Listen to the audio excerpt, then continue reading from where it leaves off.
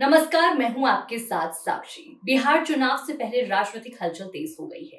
इसी बीच जीतन राम मांझी ने तेजस्वी यादव को लेकर कुछ अहम बातें कही हैं। चलिए जानते हैं उन्होंने क्या कहा और इसका सियासत पर क्या असर हो सकता है। बिहार चुनाव से पहले तेजस्वी यादव की राहुल यात्रा ने सुर्खियां बटोरी है। चलिए जानते हैं इस यात्रा में क्या प्रमुख बातें सामने आई और जनता का क्या रिएक्शन रहा।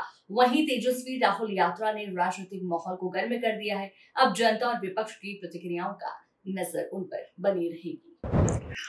देखिए, यहाँ पर एक मेरा प्रश्न है कि 2005 के पहले 15 साल उनके माता श्री और पिता श्री मुख्यमंत्री थे। उस समय उन लोगों ने जिन बातों की चर्चा आपने किया, इसके लिए उन्होंने क्या किया था? उस समय तो चरवाहा विद्यालय खोलने की बात हुई थी, लाठी में तेल पिलाओ और लाठी भिजाओ की बात हो रही थी। तब हम लोग कर रहे थे कि कलम में स्याही भरो और पढ़ाई करो। तो उसी खून के पैदा हुआ, उसी समाज का पैदा हुआ तेजस्वी जी अगर कुछ बोलते हैं तो हंसी की बात होती है। एक चीज, दूसरा जिनका जो संस्कार है वो संस्कार से अलग कैसे होंगे? एक चीज।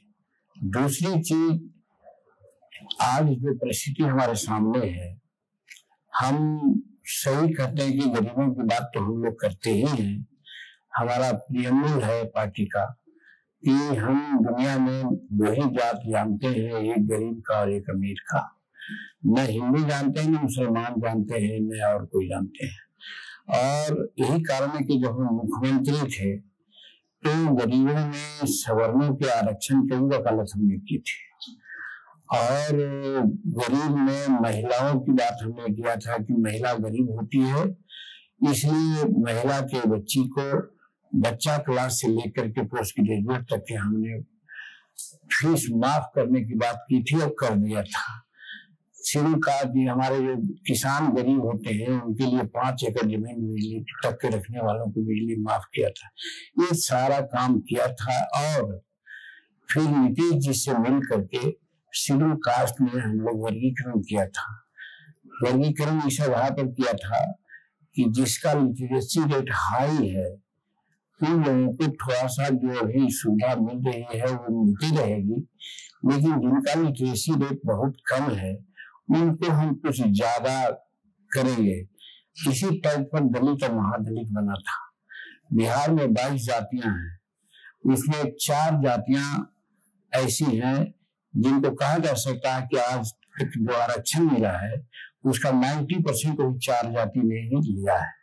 बाकी 10% में अब बाकी 18 जातियां हैं उसके पास है। तो एक इम्बैलेंस ही हुआ है। इस इम्बैलेंस को पूरा करने के लिए हम लोग का प्रयास चल रहा है, बल्कि हम तो सेंट्रल कैबिनेट में भी इस बात की वकालत किया कि वर्गीकरण होना चाहिए। इस आधार पर देश के कई एक राज्य वर्गीकरण किया है, वो होना चाहिए, वो होगा। इसका एक उदाहरण देते हैं कि लिटरेसी रेट बिहार में 80% के आसपास है जनरल, और शेड्यूल कास्ट का लिटरेसी रेट है 30 से 32%। और 22 जातियां हैं तो ये होल 32% है। लेकिन 22 जातियों को वर्गीकृत करेंगे तो जो 20 जाति का हम है, भूया जात, मुसहर जात, उसका लिटरेसी रेट 7 है। और हमारे ही शेड्यूल कास्ट में भोवी है, पासी है, उनका लिटरेसी रेट 42% और 38% है। दुसाध और चर्मकार हैं, उनका लिटरेसी रेट करीब 30% और 28% है। तो कहाँ 28 से 42% वो लोग हैं और हम लोग 3% महिलाओं का हमारे यहाँ लिटरेसी रेट है। तो यहाँ से लेकर के बहुत 15% 12% तक हम लोग हैं। तो स्पेशल केयर होना चाहिए समाज के लिए, और जो आज नहीं हुआ है यही कारण है कि क्लास 4 को अगर छोड़ दिया जाए तो, या क्लास 3 को, तो class 2, class 1 IAS IPS judicial में शेड्यूल कास्ट के आरक्षण का 95% हिस्सा वही 4 जात के लोग लिए हैं। तो ये तो मत्स्य हो गया। इसीलिए हम गरीब तबके के जिसकी जनसंख्या हम कह सकते हैं कि उन लोगों से कम नहीं है, बराबर की जनसंख्या है, तो बराबर ही लोगों को मिलना चाहिए रिजर्वेशन का लाभ। जिसकी जितनी जनसंख्या भारी मिले उसको उतनी हिस्सेदारी, लेकिन हो तो नहीं रहा है।